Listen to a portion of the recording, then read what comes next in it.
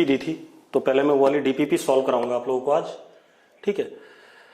उस डीपीपी को सॉल्व कर लेते हैं और कुछ क्वेश्चन और कराऊंगा मैं एडिशन ऑफ वेक्टर्स के। उससे पहले मैं थोड़ा सा polygon law of vector addition दोबारा से बताना चाहूंगा, ठीक है। Polygon law of vector addition पे कुछ लोगों को दिक्कत है, ठीक है, इतनी बात। अब एक बच्चे ने लिखा है पॉलीगन में 9.41 n होते। बेटा साइड्स ऑफ पॉलीगन हमेशा, मतलब कोई भी पॉलीगन होगा उसकी साइड्स इंटीजर का मल्टीपल होती हैं, fractional multiple sides, number of sides of any closed figure. तो नंबर ऑफ साइड्स तो हमेशा क्या होंगे, नेचुरल नंबर होगा ना, वो कभी भी क्या कहते हैं फ्रैक्शन में तो नहीं हो सकता है, ठीक है, इतनी बात। तो मैं एक बार फिर से पॉलीगन लॉ बता दूं। पॉलीगन लॉ किस काम के लिए आता है? पॉलीगन लॉ आता है हमारे जब हमें मल्टीपल वेक्टर्स ऐड करने हो, ठीक है, इतनी बात। तो बहुत सारे वेक्टर्स को जब एक साथ ऐड करना हो तो हम क्या यूज करते हैं, polygon law of vector addition, ठीक है, इतनी बात। जरा देखते हैं उसमें हमने क्या कहा था।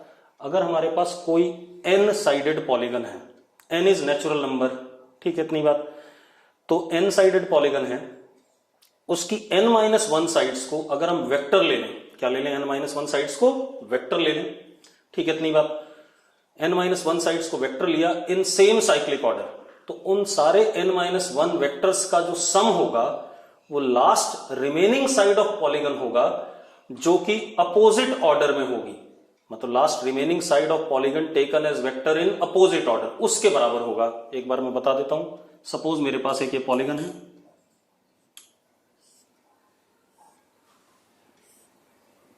suppose this is polygon, this is a vector, this is b vector, this is c vector, this is d vector, this is e vector। जरा देखो 1 2 3 4 5 6 6 साइडेड पॉलीगन है। तो यहां पर n कितना हो गया, 6 हो गया। उसके 5 साइड्स को मैंने वेक्टर लिया इन सेम साइक्लिक ऑर्डर, ये सेम साइक्लिक ऑर्डर में आ गए। इन सब का सम किसका, a plus b plus c plus d plus e, इन सारे वेक्टर्स का सम किसके बराबर होगा, last remaining side of polygon taken as vector in opposite order. जरा देखो इधर की तरफ अपोजिट ऑर्डर है, इसको मैंने f वेक्टर कह दिया, ठीक है। तो मुझे क्या प्रूव करना है कि इन पांचों का सम किसके बराबर है, f वेक्टर के बराबर है, ठीक है।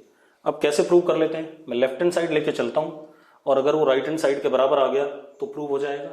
तो मैंने क्या करा, left hand side is a vector plus b vector plus c vector plus d vector plus e vector. मैं दो दो करके लेता हूं बेटा। आप एक चीज देखो, मैंने क्या करा, कंस्ट्रक्शन करा, इसमें एक वेक्टर ऐसे बनाया। Suppose this is vector x, क्या बनाया मैंने इसे, x वेक्टर बनाया, ठीक है, इतनी बात। अब आप एक चीज देखो, ये एक ट्राइंगल है, a और b ट्राइंगल की दो साइड्स हैं as a vector in same cyclic order. तो इन दोनों का सम किसके बराबर होगा, तीसरी side of triangle taken as vector in opposite order. तो a प्लस b किसके बराबर हो जाएगा, x वेक्टर के बराबर, plus c vector plus d vector plus e vector. ये आ गया अपने पास कि नहीं आ गया, क्लियर इतनी बात। अब एक और चीज बेटा, अब मैंने एक और कंस्ट्रक्शन करा, मैंने एक वेक्टर ये बनाया, suppose this is y vector. अब आप देखो x और c ये दोनों वेक्टर्स हैं सेम साइक्लिक ऑर्डर में, ट्राइंगल की दो साइड्स हैं सेम साइक्लिक ऑर्डर में। इन दोनों का सम किसके बराबर होगा, इस थर्ड साइड ऑफ ट्राइंगल के बराबर जो कि अपोजिट ऑर्डर में है y। तो क्या हो गया, x plus c, x plus c can be written as what, y vector plus d plus what, e। अब आप एक काम और करो, आपने एक और वेक्टर बनाया कंस्ट्रक्शन करके, ये z वेक्टर। अब आप एक चीज देखिए, y प्लस d, y और d ट्राइंगल की दो साइड्स हैं सेम साइक्लिक ऑर्डर में, और इसका सम किसके बराबर होगा, थर्ड साइड के बराबर, ठीक है, जो कि अपोजिट ऑर्डर में है। जरा देखो y और d दोनों क्या है, सेम ऑर्डर में है, z उसके क्या है, उल्टा आ रहा है। तो हमारे पास क्या आ जाएगा, y प्लस d किसके बराबर जाएगा, z के। तो z प्लस e ये बचा हमारे पास। अब जरा ध्यान से देखो, z और e ट्राइंगल की दो साइड्स हैं सेम साइक्लिक ऑर्डर में, इसका सम किसके बराबर होगा, third side of triangle taken in opposite order, तो z प्लस ई किसके बराबर हो जाएगा, f के, which is equal to what, RHS। तो left hand side is equal to what, right hand side. तो हम ये कह सकते हैं कि पॉलीगन लॉ बिल्कुल सही काम कर रहा है क्योंकि हमने प्रूव कर लिया। अब जरा एक आधा सवाल देख ले पॉलीगन लॉ पे पहले, उसके बाद मैं डीपीपी डिस्कस करता हूं, थोड़ा सा और एनालाइज कर लेते हैं। सपोज मेरे पास एक पॉलीगन है,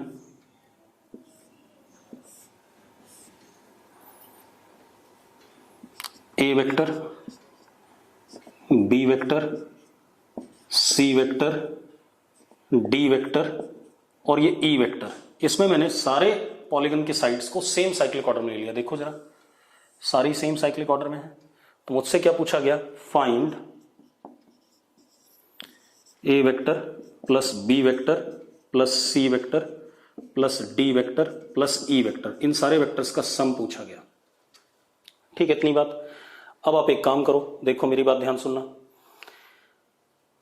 अगर मैं क्या करता हूं, एक थोड़ा सा खेल करता हूं। मैंने क्या करा, जितना लेंथ का ये ई वेक्टर है ये वाला, उतनी लेंथ मैंने ब्लू कलर से बना दिया, ऐसे बिल्कुल एग्जैक्टली, और ब्लू वाले को एरो इधर दिया।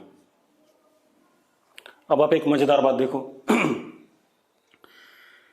जो ई वेक्टर है ब्लैक वाला नीचे की तरफ डायरेक्टेड है, जो ब्लू वेक्टर है वो ऊपर की तरफ डायरेक्टेड है। लेंथ में दोनों क्या है, सेम है। तो ब्लू वाले को मैं क्या लिख सकता हूं, माइनस ई वेक्टर, क्योंकि जो वेक्टर्स सेम मैग्नीट्यूड के होते हैं और बराबर लेंथ के सेम मैग्नीट्यूड के होते हैं, डायरेक्शन में अपोजिट होते हैं, उनको नेगेटिव वेक्टर कहते हैं। तो अगर ब्लैक वाला नीचे की तरफ ई वेक्टर है तो ब्लू वाला उतनी लेंथ का ऊपर की तरफ क्या होगा, माइनस ई वेक्टर होगा। अब आप एक चीज देखो, आपने एक चीज पढ़ी हुई है, A vector plus B vector plus C vector plus D vector, ये चारों वेक्टर सेम साइक्लिक ऑर्डर में है। अगर इन चारों को देखें हम, सिर्फ किसको, इन चारों को, किसको, A B C D E, ये चारों वेक्टर किसमें, सेम साइक्लिक ऑर्डर में है।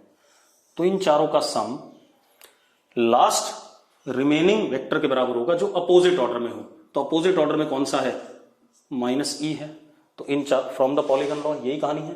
पॉलीगन लॉ क्या कहता था, n-1 sides of polygon taken as vectors in same cyclic order, उनका सम किसके बराबर होगा, last remaining side of polygon taken as vector in opposite order. जरा देखो माइनस ई कैसा है, माइनस ई ऐसे आ रहा है या नहीं आ रहा है, माइनस ई अपोजिट ऑर्डर में है। तो a plus B plus C plus D can be return as what, minus E, और एक ये प्लस ई, तो माइनस ई प्लस ई क्या आ जाएगा, नल वेक्टर, जीरो वेक्टर आ जाएगा। क्लियर है इतनी बात। तो अब हमें क्या पता चल रहा है, यही मैंने ट्राइंगल में भी कराया था आपको अगर याद हो। हमें क्या पता चल रहा है कि अगर हमारे पास कोई पॉलीगन है, कोई भी क्लोज्ड फिगर है, कोई भी क्लोज्ड फिगर है, polygon is what, closed figure.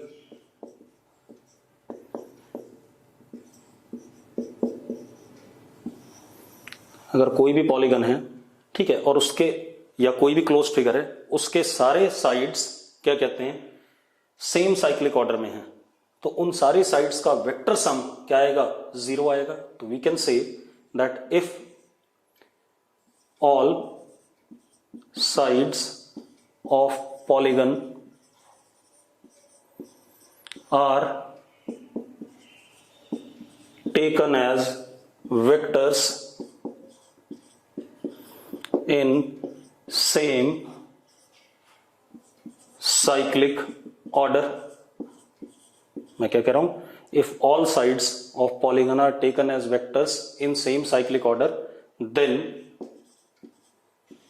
sum of, मैंने प्रूव भी कर दिया, वहां पर दिख रहा है आपको, then sum of all these vectors is null vector। तब इन सारे वेक्टर्स का सम क्या आएगा, नल वेक्टर आएगा। क्लियर इतनी बात। अब पॉलीगन हमेशा जरूरी नहीं कि ऐसे ही फिगर हो, 5 साइडेड, 6 साइडेड, 7 साइडेड। मैं आपको एक और पॉलीगन बना के दिखाता हूं। जैसे मेरे पास ये भी बेटा एक पॉलीगन है। अब ये पॉलीगन है, कैसे पॉलीगन है देखो, इस पे ये बहुत छोटी सी लेंथ वेक्टर, ये अगली बहुत छोटी सी लेंथ वेक्टर, ये अगला बहुत छोटा सा लेंथ क्या वेक्टर, ये अगला बहुत छोटा सा लेंथ क्या वेक्टर। ऐसे ऐसे इनफाइनाइट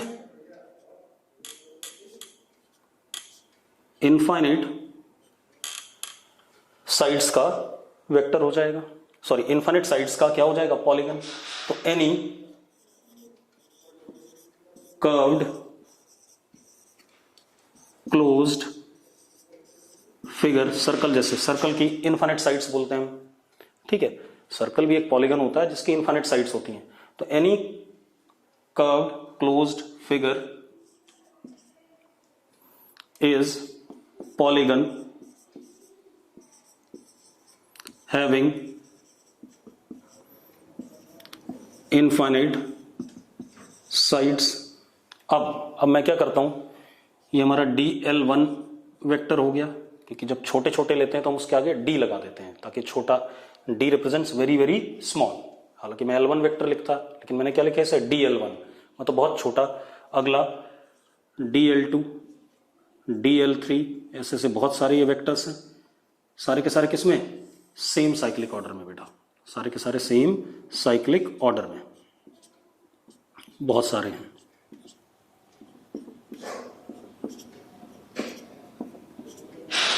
ठीक है। dlk, ऐसे ऐसे बहुत सारे हैं, ठीक है।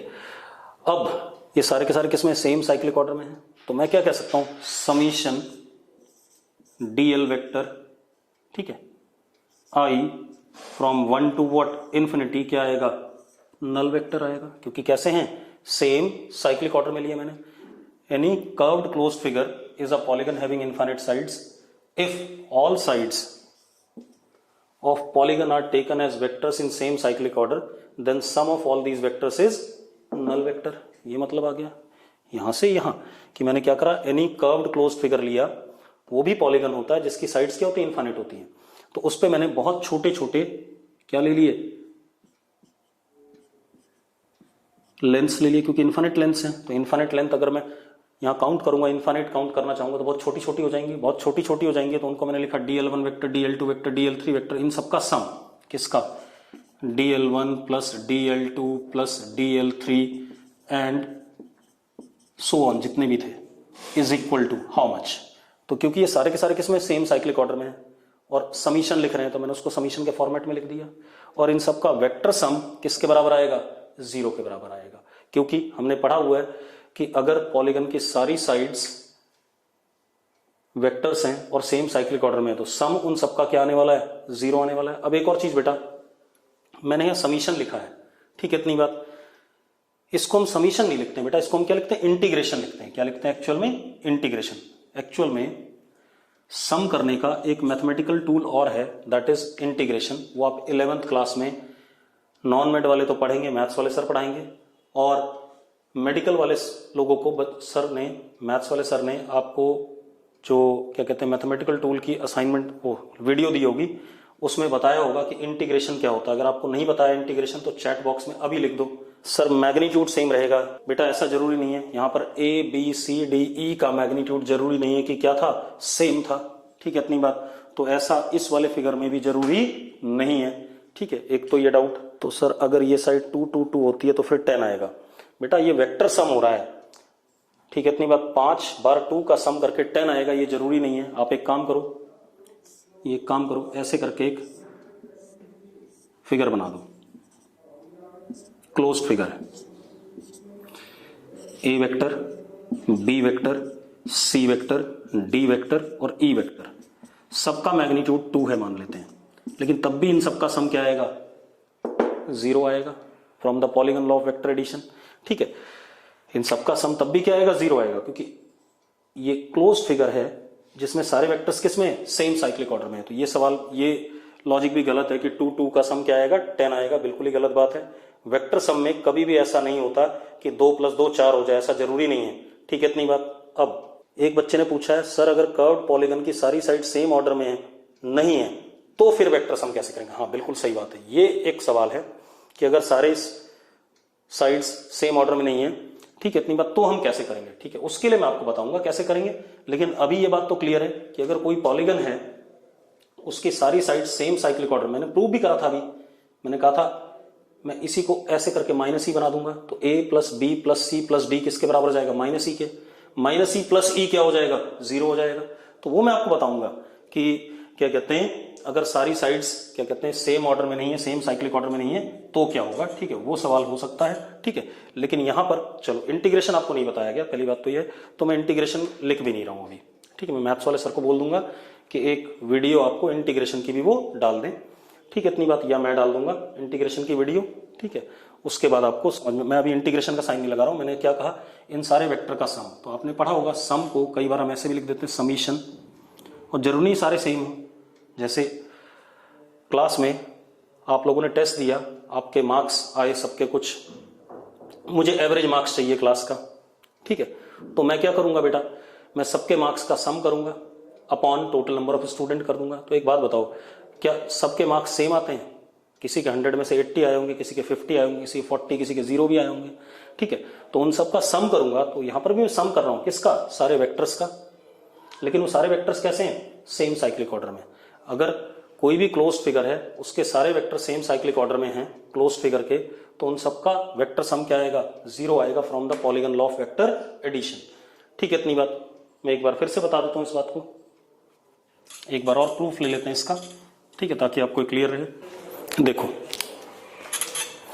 मैंने क्या कहा आपको, एक बार दोबारा देख लो, A vector, B vector, C vector,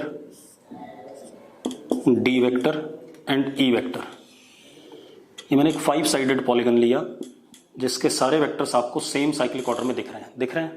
तो मुझे क्या बताना है, A plus B plus C plus D plus E, यही बताना है। अब मैंने क्या करा बेटा, ध्यान सुनो, मैंने ये 4 लिए, ये चारों सेम साइक्लिक ऑर्डर में है। फ्रॉम पॉलीगन लॉ इन चारों का वेक्टर सम किसके बराबर होता है, last remaining side of polygon taken as vector in opposite order, यही होता है। तो एक बात बताओ, ये जो ई है नीचे की तरफ है, इस ब्लू वाले की लेंथ और ब्लैक वाले की लेंथ क्या सेम है, डायरेक्शन अपोजिट है, तो इस ब्लैक वाले को क्या लिख सकता हूं मैं, माइनस ई लिख सकता हूं या नहीं लिख सकता हूं, ये तो क्लियर है शायद सबको। अब a plus B plus C plus D from polygon law of vector addition, sum of n minus 1 sides of polygon taken as vector in same cyclic order is equal to last remaining side of polygon taken as vector in opposite order, होता है या नहीं होता है। तो इन चारों का सम मैं क्या लिख सकता हूं, माइनस ई प्लस ई, तो क्या आ गया, 0 आ गया। मतलब यहां से हम कंक्लूजन ये कर सकते हैं, फॉर एनी पॉलीगन, मैं दोबारा लिख रहा हूं, if all sides of polygon are vectors in same cyclic order, then sum of all these vectors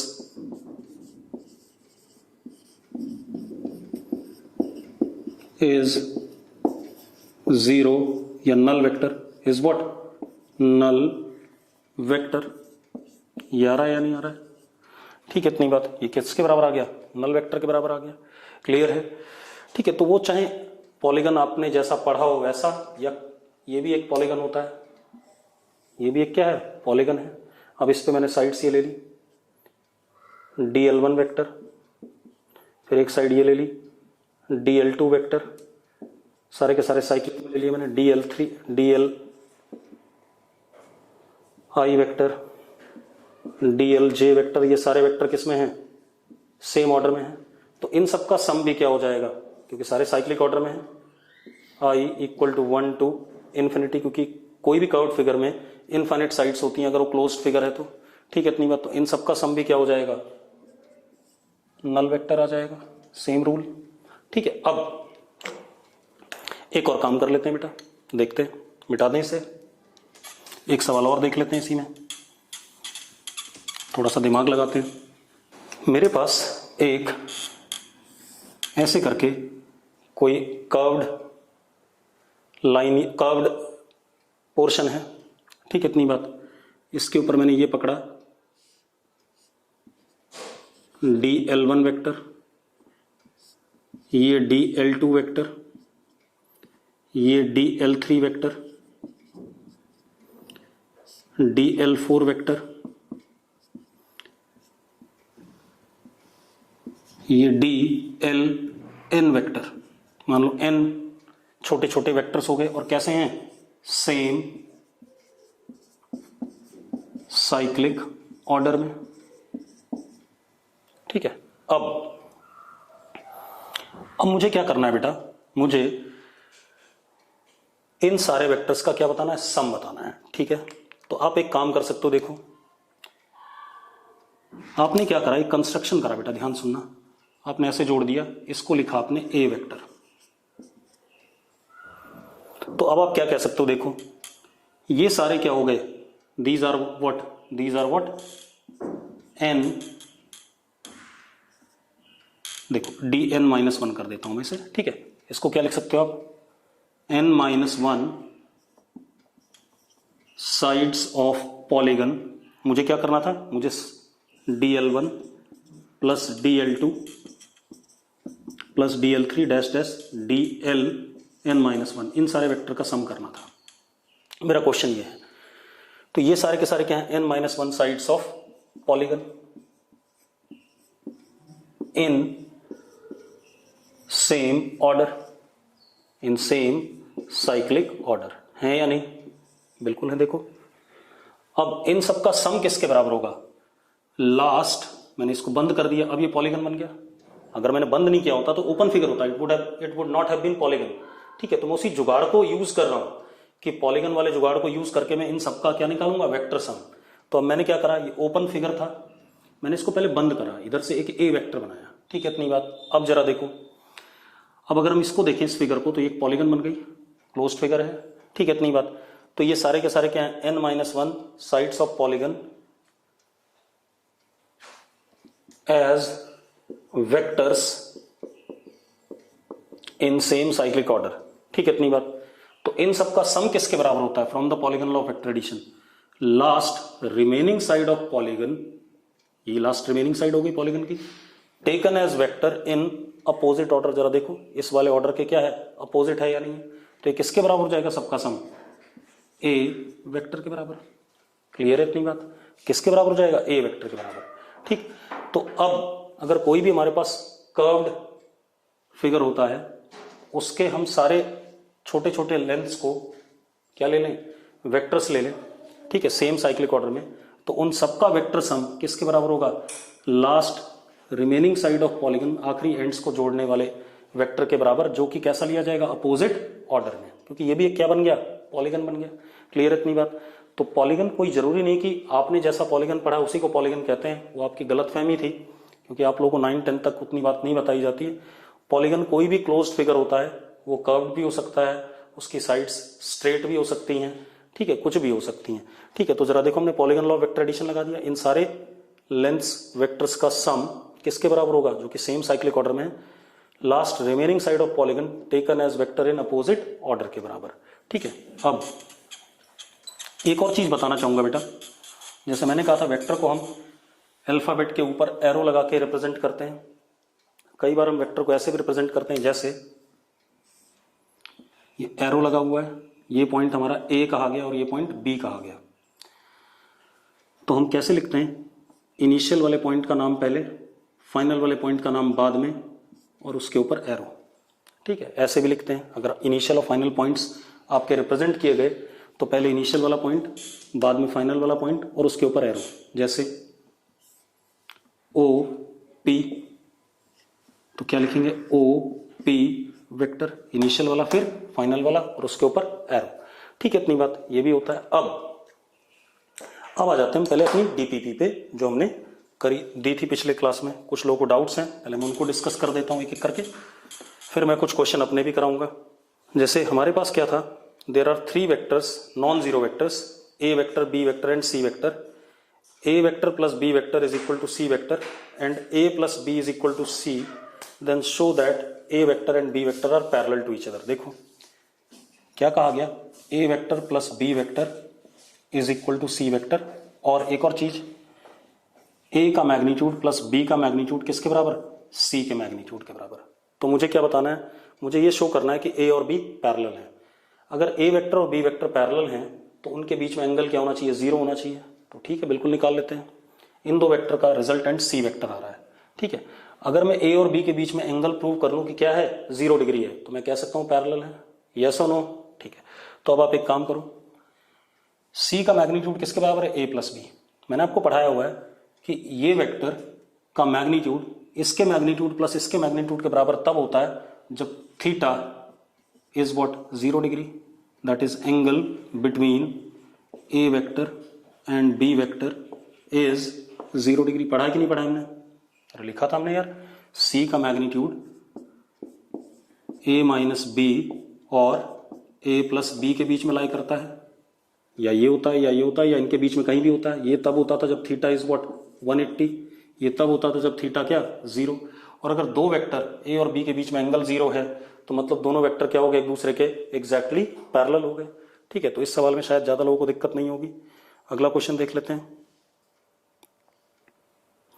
अगला क्वेश्चन क्या था बेटा, अगला क्वेश्चन क्या था, angle between two coplanar vectors r1 and r2 is theta and r1 का magnitude r2 का magnitude क्या है, सेम है। What is inclination of resultant vector with r1 and r2, ये भी कराया हुआ है मैंने नोट्स में। मैंने कराया था कि अगर दोनों वेक्टर जिनका मैं सम कर रहा हूं उनका मैग्नीट्यूड बराबर है तो जो रिजल्टेंट वेक्टर होता है किस पे होता है, एंगल बाइसेक्टर पे। ये आपके नोट्स में है, थियरी में क्लियर है, तो इसको मैं डिस्कस नहीं कर रहा हूं। ठीक है, अगला क्या था,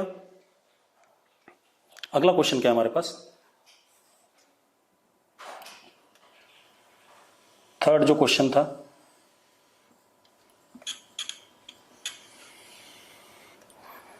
suppose this is east, this is west, north and south, ऐसा कुछ है। अब वो कह रहा है F1 वेक्टर ईस्ट की तरफ है, F2 vector 60 degree north of east है, तो F2 वेक्टर ये हो गया बेटा हमारे पास 60 डिग्री नॉर्थ ऑफ ईस्ट दे दिया। दोनों का मैग्नीट्यूड बराबर बेटा, ये भी 40 है और ये भी मैग्नीट्यूड में कितना है, 40 है। What is magnitude and direction of F1 plus F2, तो ये भी मैंने क्लास में कराया हुआ है। अगर दोनों वेक्टर्स का मैग्नीट्यूड बराबर होता है, ठीक है, इतनी बात, तो जो रिजल्टेंट वेक्टर आता है, पहली बात तो किस पे आता है, एंगल बाइसेक्टर पे। आर वेक्टर किस पे आएगा, एंगल बाइसेक्टर पे, कराया हुआ मैंने थियरी में आपको डायरेक्टली। ठीक है, दूसरा मैंने आर का मैग्नीट्यूड बताया था 2x cos थीटा बाई 2, अगर आपको याद हो। ठीक है, ये x है इसका मैग्नीट्यूड, ये भी x है इसका मैग्नीट्यूड, तो कितना हो गया, r is equal to 80, 2 into 40 80, cos 60 by 2 मतलब कितना, cos 30, cos 30 is what √3 by 2, तो it comes out to be what 40√3। Simple सा क्वेश्चन है। ठीक है, इतनी बात। इसके बाद फोर्थ क्वेश्चन जो मैंने दिया था, फोर्थ क्वेश्चन क्या था, दो फोर्सेज हैं 10 और 20 न्यूटन के, उनके बीच में एंगल क्या है, 120 डिग्री है। ठीक है, what is angle between resultant force and smaller force, जो रिजल्टेंट है उसके और स्मॉलर फोर्स के बीच में एंगल क्या होगा। तो ठीक है, हमने ये 10 न्यूटन ले लिया, ए वेक्टर इसका मैग्नीट्यूड 10, ये बी वेक्टर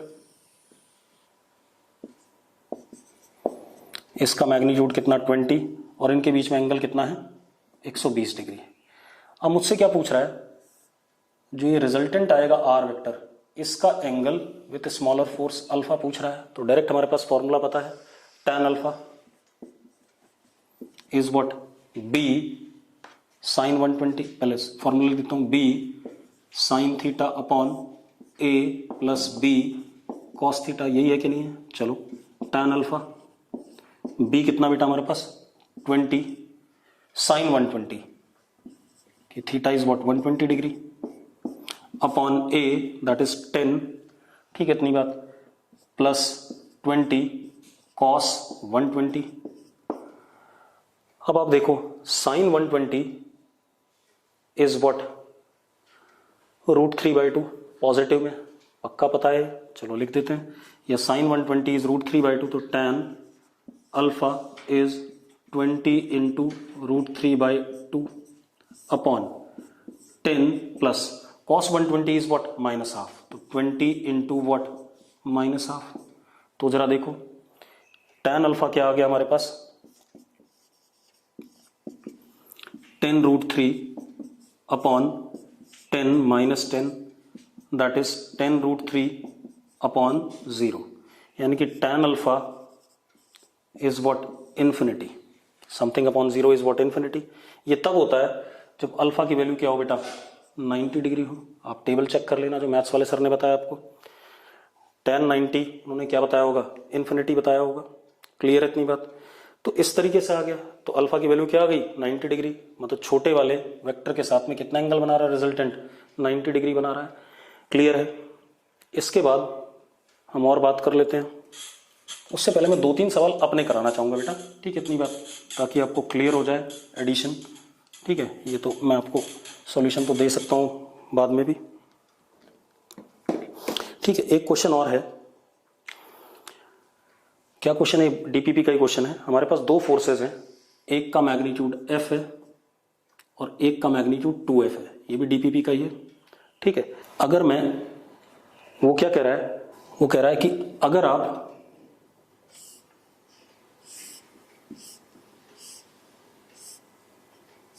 F और F का रिजल्टेंट देखते हैं, ये आ गया सपोज R वेक्टर, ये A वेक्टर है जिसका मैग्नीट्यूड 2F और ये B वेक्टर जिसका मैग्नीट्यूड कितना F, और ये एंगल कितना आपका अल्फा।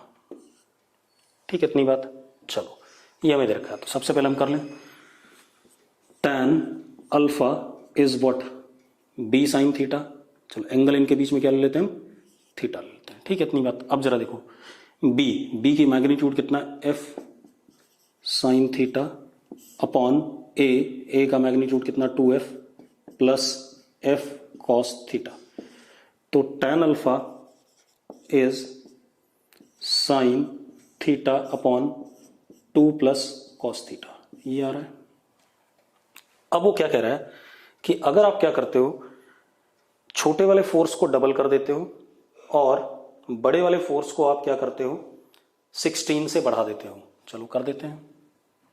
छोटे वाले फोर्स को हमने डबल कर दिया उसी डायरेक्शन में, तो नया वेक्टर आ गया C वेक्टर जिसकी लेंथ कितनी 2F, ये F था, छोटे वाले को हमने डबल कर दिया, और बड़े वाले को आपने क्या कर दिया ये D वेक्टर, और इसका मैग्नीट्यूड कितना 2F प्लस 16, ये कह रहा है। ठीक है, तो जो रिजल्टेंट वेक्टर का डायरेक्शन है वो चेंज नहीं हो रहा है, तो ये एंगल पहले से ही थीटा था, और जो रिजल्टेंट वेक्टर है R डैश नया, उसका डायरेक्शन अभी भी क्या है सेम है, वो ये कह रहा है क्वेश्चन में। तो हमें क्या बताना था, फाइंड F, क्वेश्चन ये था फाइंड F। ज्यादातर लोगों को इस क्वेश्चन में प्रॉब्लम था, इसलिए इसको डिस्कस कर लेते हैं। फाइंड F, चलो कर लेते हैं बेटा। अब अगेन यहां से भी tan अल्फा निकालता हूं। tan alpha is C sin theta, तो C का मैग्नीट्यूड कितना 2F sin theta upon A is what 2F plus 16 plus C cos theta, तो कितना 2F cos थीटा, ये फॉर्मूला आ गया हमारे पास। अब आप एक काम करो, ये tan अल्फा और ये tan अल्फा आप क्या कर सकते हो, इक्वेट कर सकते हो या नहीं कर सकते हो, बिल्कुल कर सकते हो इक्वेट, क्योंकि दोनों क्या है सेम है। कर देते हैं, तो हमारे पास क्या आया sin theta upon 2 plus cos theta is equal to 2F sin theta upon 2F plus 16 plus 2F cos theta. बेटा आप एक काम करो, पहले तो 2 काट दो, न्यूमरेटर डिनोमिनेटर दोनों जगह से 8 हो जाएगा, ये भी कट जाएगा और ये कट जाएगा, और इधर से sin थीटा से sin थीटा कट जाता है। तो जरा देखो हमारे पास क्या है, F plus 8 plus F cos theta is equal to 2F plus F cos theta, इसको इधर भेज दिया। F cos थीटा से F cos थीटा कटता है, 2F माइनस F क्या हो जाएगा, F किसके बराबर 8 के बराबर, आ गया अपने पास। क्लियर है, ये हमारे पास अगला क्वेश्चन हो गया, कोई दिक्कत तो नहीं इसमें। और देख लेते हैं बेटा। अब मैं कुछ क्वेश्चन अपनी तरफ से करा देता हूँ जो आपको दिक्कत आएगी, ठीक है, इतनी बात वो देख लेते हैं। एक और सबसे ज़्यादा जो डाउट आ रहा था बच्चों का वो था एक क्वेश्चन जिसमें मैग्नीट्यूड्स दे रखे थे वेक्टर के। मैं उसको भी देख लूँ एक बार वो क्वेश्चन, क्योंकि कई लोगों ने डाउट पूछा है, मैं बता देता हूँ। हाँ, ये था 5th क्वेश्चन। क्या था वो कि हमें वेक्टर्स के मैग्नीट्यूड दे दिए तीनों के, 3 वेक्टर्स के मैग्नीट्यूड दे दिए गए और पूछा गया इन तीनों में से सम किस किस का 0 हो सकता है। तो पहला जो ट्रिपलेट दिया गया 10 10 10, ये 3 वेक्टर्स के मैग्नीट्यूड हैं, किसमें 0 नहीं हो सकता ये बोला गया। तो एक काम करो, ये ए वेक्टर का मैग्नीट्यूड हो गया, ये बी वेक्टर का, और ये किसका, सी वेक्टर का। तो एक बात बताओ, अगर मैं a प्लस बी करता हूं, सी वेक्टर आता है, तो मुझे पता है जो सी वेक्टर आएगा वो आएगा, सी वेक्टर का जो मैग्नीट्यूड आएगा वो किसके बीच में रह सकता है, a माइनस बी और a प्लस बी के बीच में। चलो अब जरा देखो, 10 और 10 का सम किसके बीच में लाई कर रहा है, 0 से लेकर के कहां तक, 20 के बीच में, ठीक है। और c जरा देखो कितना है, 10 है या नहीं है, इट लाइज बिटवीन 0 एंड 20, तो मतलब 0 हो सकता है। तो आप एक बात तो, इस दोनों 10 का सम किसी ना किसी एंगल के लिए 10 हो सकता है, क्योंकि जो c का मैग्नीट्यूड है वो 0 से लेकर 20 कुछ भी हो सकता है, तो 10 भी आएगा कहीं ना कहीं बीच में, तो ये ट्रिपलेट में 0 पॉसिबल है। अगला देखते हैं बेटा, दूसरा 10 10 20। अब जरा देखो 0 और 20 के बीच में, और 0 और 20 इंक्लूडेड है, तो 20 आ सकता है जब 10 और 10 के बीच में एंगल क्या हो, 0 हो, तो ये भी सही है, ठीक है, इतनी बात। इसके बाद तीसरा ट्रिपलेट दिया गया हमें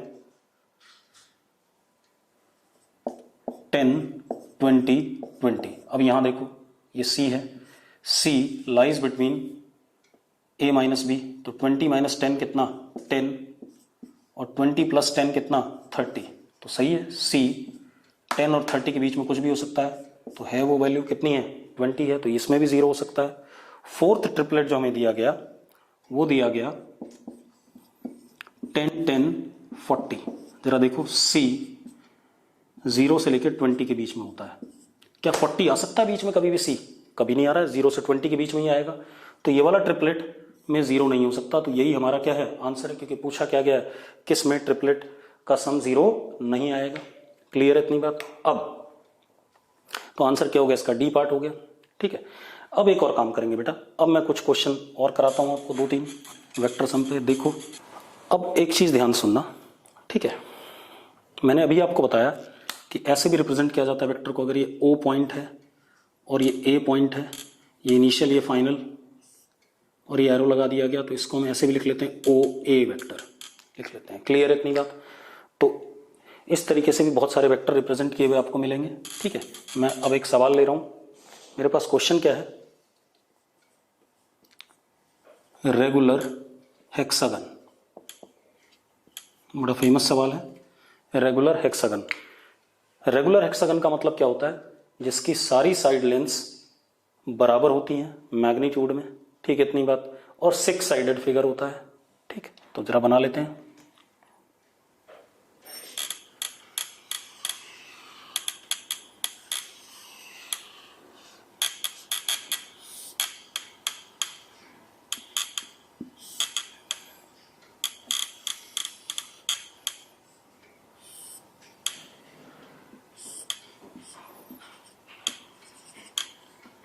ये सारी साइड लेंथ्स क्या हैं, बराबर हैं मैग्नीट्यूड में, ठीक है, इतनी बात। और एक और चीज बेटा, इसका ये सेंटर है, चलो ये पॉइंट A, ये B, C, D, E, F, ये पॉइंट हमारा O, ठीक है, इतनी बात।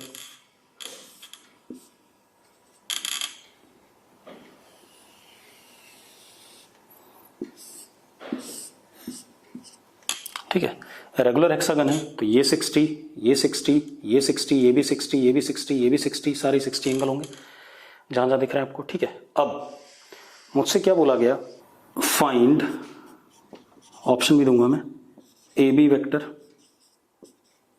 Plus A C vector plus A D vector plus A E vector plus A F vector, इन सारे वेक्टर का सम। ए बी वेक्टर कौन सा हो गया, ये वाला। ए सी कौन सा हो गया, ये वाला। ए डी कौन सा हो गया, ये वाला। ए ई कौन सा, चलो बना देता हूं पहले आपके लिए। ए बी वेक्टर ये वाला हो गया। ए सी वेक्टर कौन सा हो गया, ये वाला हो गया, ठीक है। ए डी वेक्टर कौन सा हो गया, ये वाला हो गया। ए ई वेक्टर कौन सा हो गया, ये वाला हो गया। और ए एफ वेक्टर कौन सा हो गया, ये वाला हो गया। क्योंकि A is initial, B is final, तो A B vector. A is initial, C is final, तो A C vector. A D, A is initial, D is final, तो A D vector. A E, A is initial, E is final, तो A E vector. A F, ये इन सबका सम बताना है। मेरे पास options हैं। पहला ऑप्शन 3AO वेक्टर, दूसरा ऑप्शन 6AO वेक्टर, तीसरा ऑप्शन 4AO वेक्टर, चौथा ऑप्शन 8AO वेक्टर। ये चार ऑप्शन है। 3 times AO vector, 6 times AO vector, 4 times AO vector, 8 times AO vector. ये मेरे पास चार ऑप्शन है, ठीक है। इतनी बात आपने करना है इस सवाल को, ठीक है। मैं आपको 2 मिनट का टाइम दूंगा, अगर आप कर पाते हो तो बहुत अच्छी बात है, ठीक है। कोशिश करो। अब हम करेंगे कैसे बेटा इसे, ठीक है। अब ध्यान सुनना आप लोग। मैंने क्या करा बेटा, अब मैं सॉल्यूशन कर लेता हूं, ठीक है। इतनी बात। चलो अब आप लोग रुक जाओ, जरा ध्यान से देखो, ठीक है। बाद में करना। अब आप, मैंने क्या करा, ए बी वेक्टर को ऐसे ही रहने दिया। ए बी वेक्टर में कोई चेंज नहीं लाया। मैं कर रहा हूं ए सी वेक्टर, ये वाला वेक्टर बेटा, ए सी वेक्टर। जरा ध्यान से देखना, ये है ए सी वेक्टर, है या नहीं। अब एक बात देखो, हमारे पास इस सवाल को सॉल्व करने के 2 तरीके हैं, एक ट्राइंगल लॉ और एक पैरेललोग्राम लॉ। क्योंकि वेक्टर एडिशन के हमने 2 ही लॉ पढ़े हैं, एक पॉलीगन भी पढ़ा है, ठीक है। तो पहले मैं बता रहा हूँ, एक ट्राइंगल लॉ और पॉलीगन, एक ट्राइंगल लॉ और एक पैरेललोग्राम लॉ। तो या तो सवाल को आप ट्राइंगल लॉ से अटेम्प्ट करना पूरा का पूरा, या आप सवाल को अटेम्प्ट करना पैरेललोग्राम लॉ से। अगर आपने दोनों लॉज लगाने की कोशिश करी तो हो सकता है कहीं ना कहीं आप में कंफ्यूजन आ जाए। ऐसा नहीं कि उससे सवाल नहीं होगा, सवाल उससे भी होगा, ठीक है। इतनी बात। लेकिन हमें कोशिश ये करनी कि हम एक ही लॉ यूज करें, या तो या तो पैरेललोग्राम यूज करेंगे, या तो हम ट्राइंगल यूज करेंगे। तो मैं पैरेललोग्राम लॉ यूज कर रहा हूं, आई विल यूज। और आप इसी सवाल को जब मुझे सॉल्यूशन भेजोगे, ठीक है, तो ट्राइंगल लॉ से करोगे, ठीक है। इतनी बात। I will use parallelogram law. अब जरा ध्यान से देखना बेटा, ये हमारे पास ए सी वेक्टर है, मैंने ए बी को ऐसे ही रहने दिया। जरा देखो ये एक पैरेललोग्राम है या नहीं है।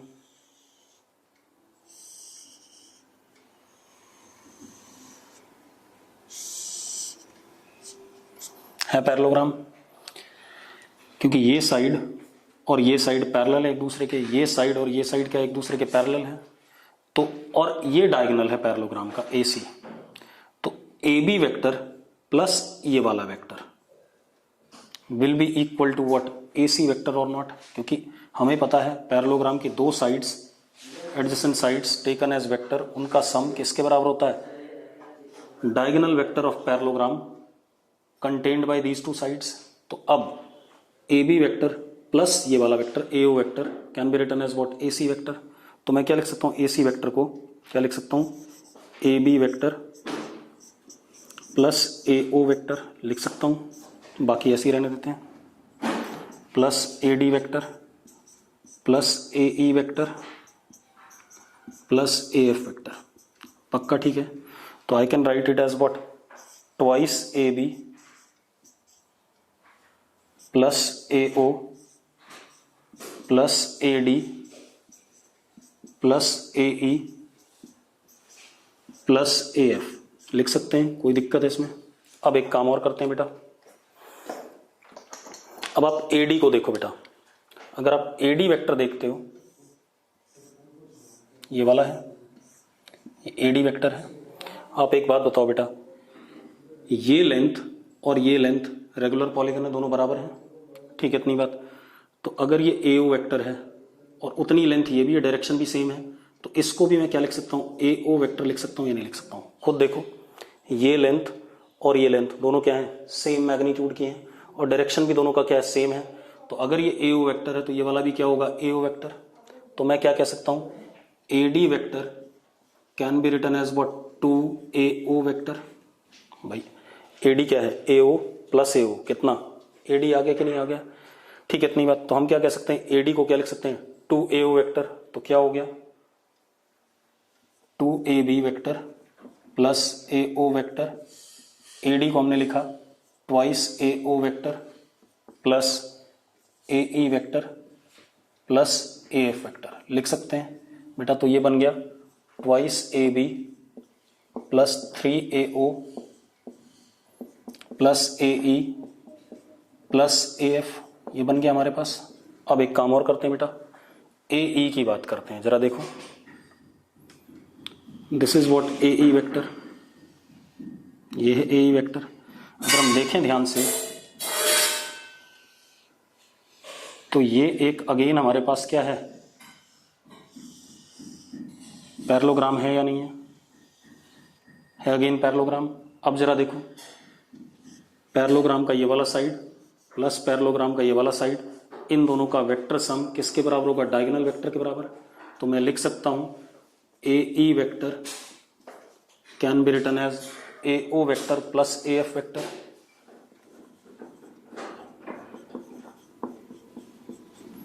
तो लिख देते हैं यहां पर, तो 2AB vector plus 3AO vector plus AO vector plus AF vector, AE को ये लिख दिया प्लस AF वेक्टर। ऐसा हो गया कि नहीं हो गया भाई, AE को लिखा AO प्लस, AE को लिखा AO प्लस AF और एक AF ये वाला, ठीक है इतनी बात।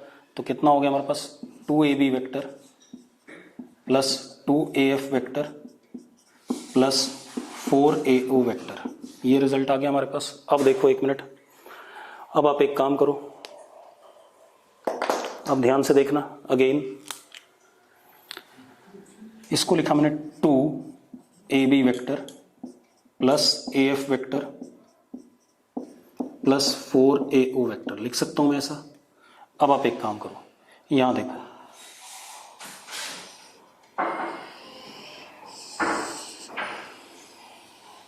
ये भी एक पैरेललोग्राम है या नहीं है, AB और AF पैरेललोग्राम के एडजेसेंट साइड्स हैं, इन दोनों का सम किसके बराबर होगा, डायगोनल वेक्टर के बराबर। और डायगोनल वेक्टर खुद क्या है, AO वेक्टर है। तो AB plus AF can be written as what, twice of AO vector plus 4AO vector, लिख सकते हैं, हम लिख सकते हैं AB प्लस AF, जरा देखो AB और AF पैरेललोग्राम की दो sides equal to what, diagonal vector which is what AO vector. तो ये क्या हो गया AO, twice AO plus 4AO कितना 6AO, तो answer is what 6AO vector. Clear है इतनी बात, ठीक है, आपको क्लियर होगा शायद ये। मैं चैट बॉक्स चेक कर लेता हूं एक बार। आप लोग जब इस क्वेश्चन को मुझे सबमिट करोगे तो आप लोग सबमिट करोगे इस क्वेश्चन को ट्राइंगल लॉ से करके, क्लियर है इतनी बात। एक क्वेश्चन और कर लेते हैं बेटा, ये थियरी का पार्ट है वो देख लेते हैं पहले। अब देखो बेटा एक थियरी का पार्ट है उसको देखते हैं। मेरे पास एक वेक्टर ये A है और एक वेक्टर ये B है, दोनों का इनिशियल पॉइंट सेम है, दोनों बिल्कुल अपोजिट डायरेक्शन में है क्योंकि इनके बीच में एंगल कितना है 180 डिग्री, ठीक है।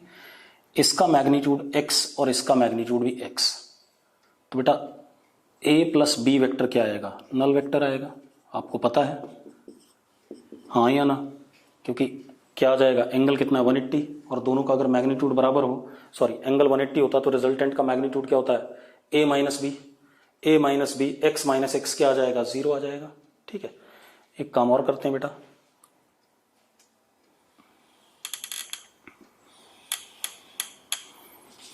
आपके पास वेक्टर A है, वेक्टर B, वेक्टर C, तीन वेक्टर है बेटा, इसका मैग्नीट्यूड x, इसका भी x, इसका भी x, और इनके बीच में एंगल 120, तो ये भी कितना बचा 120 ही बचा, पक्का ठीक है। मुझे बताना है A vector plus B vector plus C vector, कितने लोग बताना चाहेंगे जरा फटाफट चैट बॉक्स में लिखो। अब जरा देखते हैं A plus B plus C क्या आएगा। आप एक बात तो, आपके ये दो वेक्टर हैं सेम मैग्नीट्यूड के, तो मैंने पढ़ाया हुआ है अगर वेक्टर सेम मैग्नीट्यूड के होते हैं तो उन दोनों का सम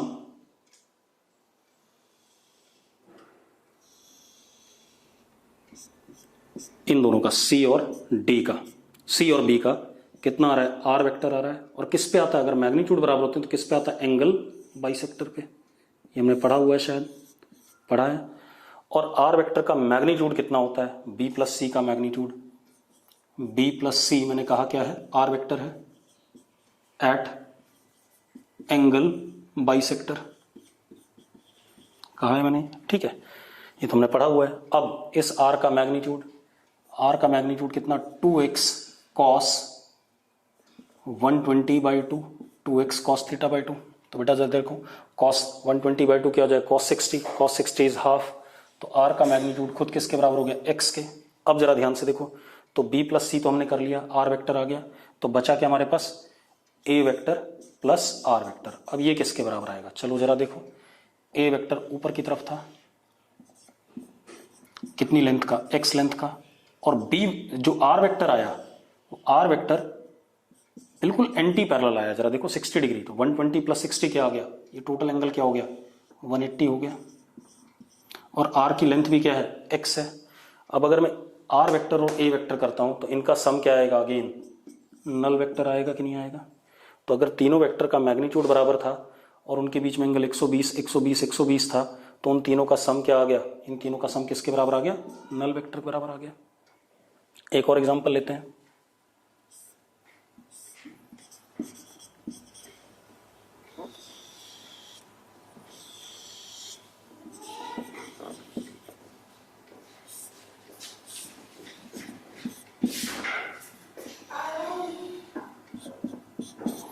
ये चार वेक्टर हैं, इनके बीच में एंगल 90 90 90 है, ये x, ये x, ये भी लेंथ में x, ये भी x।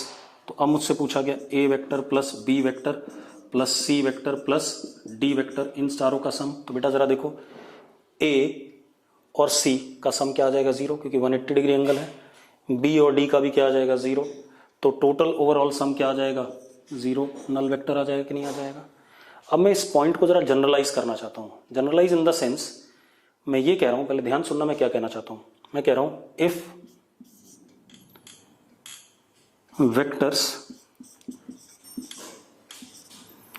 Are of same, if n vectors, या तो मैंने पहले 2 लिए, 3 लिए, फिर 4 लिए, 5 भी ले सकता हूं, 6 भी ले सकता हूं, 7 भी ले सकता हूं। तो if n vectors are of same magnitude and angle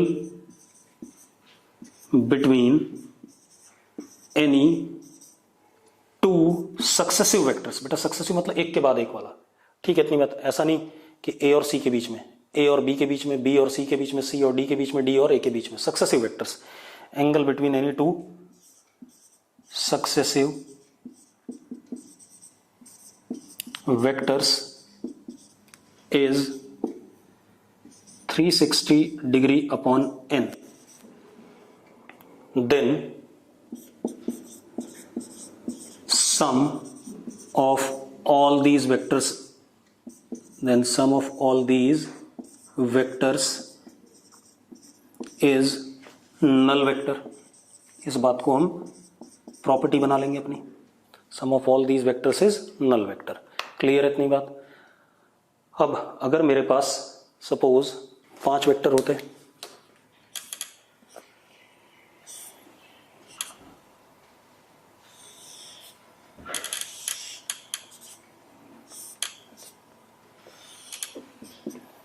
A B C D और ई, और सबके बीच में एंगल 360/5, बेटा 72 degree, 72 degree, 72 degree, 72 degree, 72 degree, ऐसा होता।